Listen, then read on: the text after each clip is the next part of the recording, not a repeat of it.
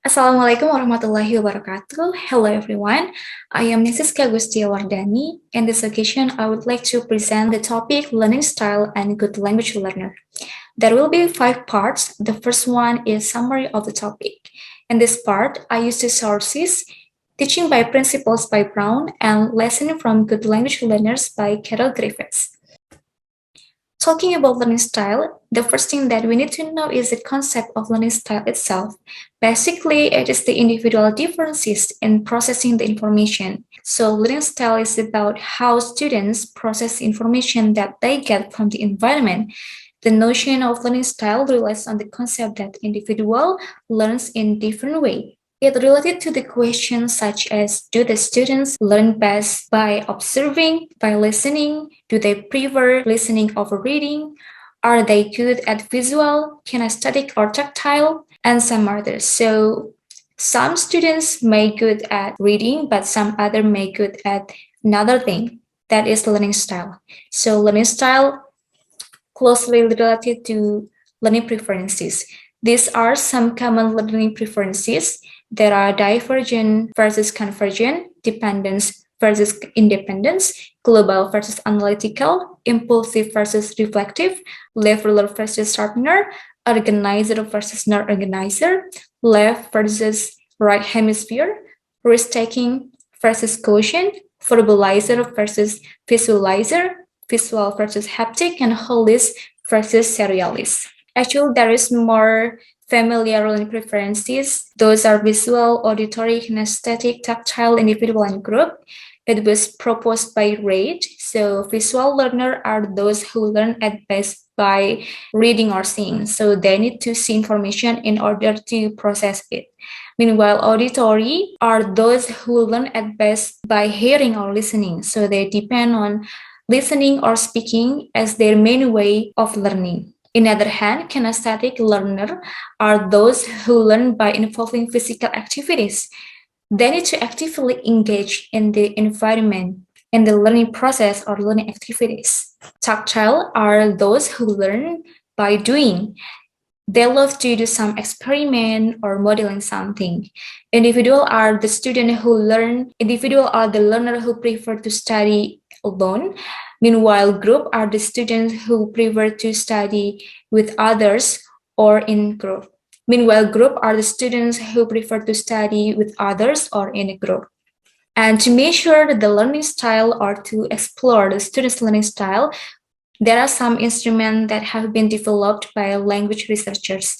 There are perceptual learning style preferences questionnaire by Reid, and then style analysis survey by Oxford, and Ehrman and Lever learning style questionnaire.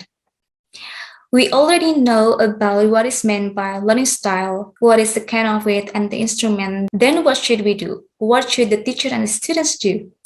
So actually, there is a need to understand learning style for both the teacher and the student. It is important to understand learning style because by understanding learning style, the teacher can know the student's differences in learning style, the student preferences, so then they can plan and even modify the teaching based on the student's learning style.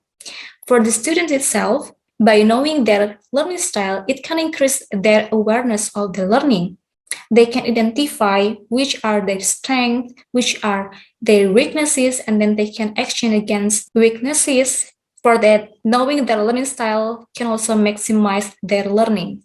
So, what learning style used by a good language learner? To understand this, we have to know another characteristic of learning style, which is relatively stable or unchanging. But a good language learner are those who not only stick on one learning style, meanwhile those who are able to adapt their learning style based on the needs or the situation given by the teacher. On the other words, it's called the ability to do style flexing, or the ability of the students to use multiple learning style based on the needs, the situation, or the demands given by the teacher. Why style flexing? Because it results in a greater classroom success. Therefore, learning style also has implication for the teaching and learning.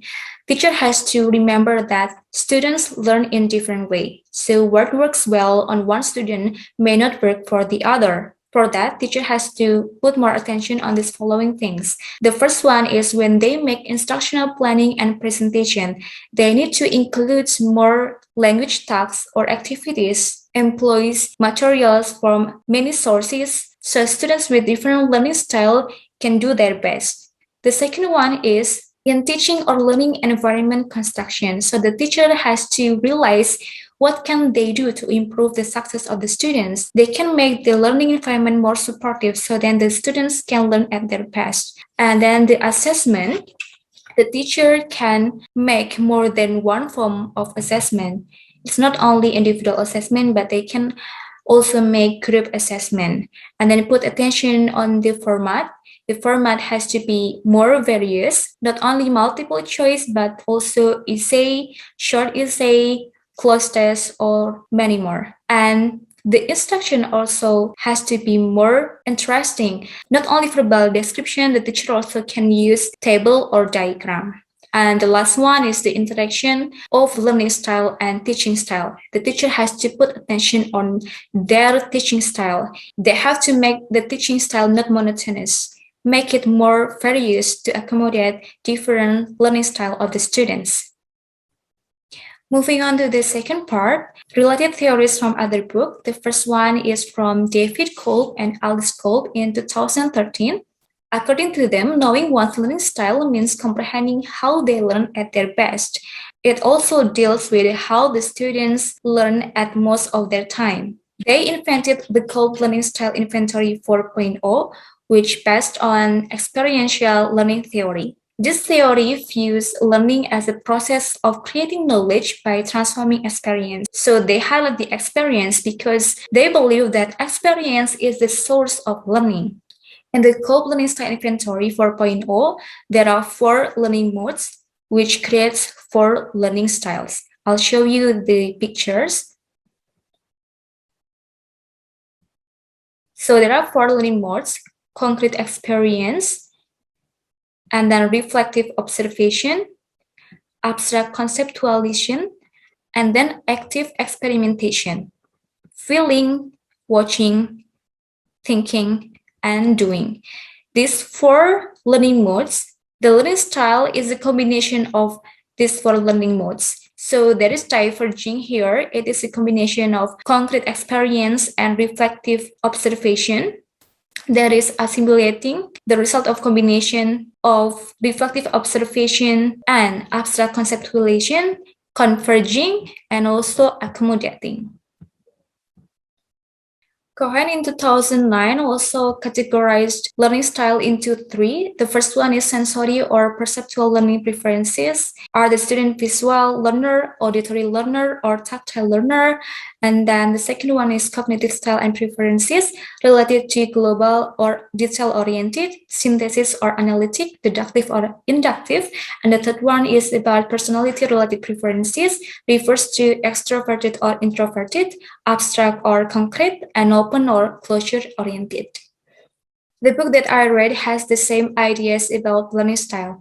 They agree that it is important to develop awareness of learning style on the students because by being aware of learning style, students can identify their strengths and weaknesses on their learning, so then they can take action against their weaknesses. For that, they take more responsibility of their learning. Because they take more responsibility, they will more able to question what is actually they need, what is they need to be a good language learner. And according to Cohen, those characterize the good language learner. Moving on to the third part is related research reports. So there will be 4 research reports that I will explain. The first one is language learning style preferences, a theoretical and empirical study. The findings of this research confirms that learning style takes key role in fostering students' ability. It can increase the success degree of the students. Therefore, teachers need to know the students' learning style.